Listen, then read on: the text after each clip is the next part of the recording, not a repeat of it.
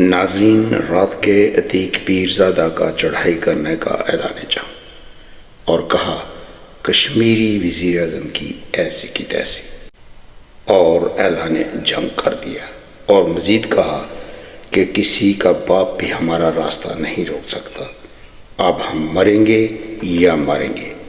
اب مقابلہ شروع ہو چکا ہے، میدان سج گیا ہے۔ ہماری اپلیکیشن پر میرے خیال میں انہوں نے جو 6 پولیس اسٹیشن کا ہم نے کہا تھا اس میں سے ایک کرنا وہ نہ مناسب ہے، اور اس سے کوئی بڑا فرق بھی نہیں پڑے گا اگر اس کا کروا بھی لیتے تو اس سے ہمیں انصاف نہیں مل سکتا۔ بہت شکریہ۔ جس مسئلے پہ یہاں ہے وہ استور حلقہ 1 کا مسئلہ ہے، تو وہاں پہ تو ایک کھلا دھاندلی آپ لوگوں نے دیکھا کہ نیچے لکھا ہوا ہے کہ 45 میں نیچے کلیئر 47 میں نیچے لکھا ہوا ہے کہ کہیں پہ 500 بوگس ووٹ ڈالے گئے ہیں، کہیں پہ 200 بوگس ووٹ ڈالے گئے ہیں۔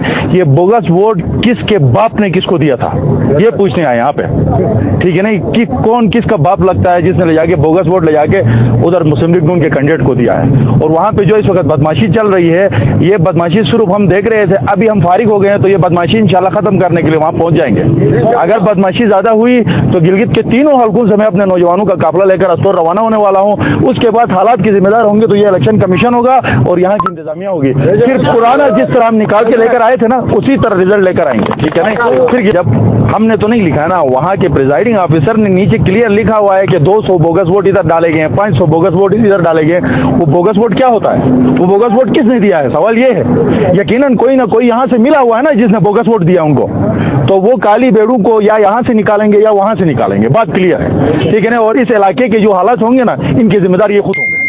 ہم بالکل استور حلقہ 1 تو چھوڑنے کی پوزیشن پہ ہی نہیں، ٹھیک ہے نا۔ یہ ہماری ریڈ لائن ہے وہ حلقہ، اور ہمیں پتا تھا ہم 1265 کی لیڈ ہم نے زمینی الیکشن میں ماری تھی وہاں پہ۔ اس بار تو ہماری 2500 کی لیڈ تھی جو کہ انہوں نے خراب کر کے اس کو تبدیل کیا الیکشن کو، اور نیچے ڈائریکٹ لکھا ہوا ہے، آپ لوگ سب نے دیکھا ہے جس طرح دھاندلی ہوئی ہے۔ اور ابھی اوپر سے سنا ہے بدماشی بھی ہو رہی ہے، تو اوپر چوری پھر سینہ زوری۔ اگر بدماشی زیادہ ہوئی تو گلگت کے تینوں حلقوں سے میں اپنے نوجوانوں کا قافلہ لے کر استور روانہ ہونے والا ہوں۔ اس کے بعد حالات کے ذمہ دار ہوں گے تو یہ الیکشن کمیشن ہوگا اور یہاں کی انتظامیہ ہوگی۔ پھر پرانا جس طرح ہم نکال کے لے کر آئے تھے نا اسی طرح رزلٹ لے کر آئیں گے۔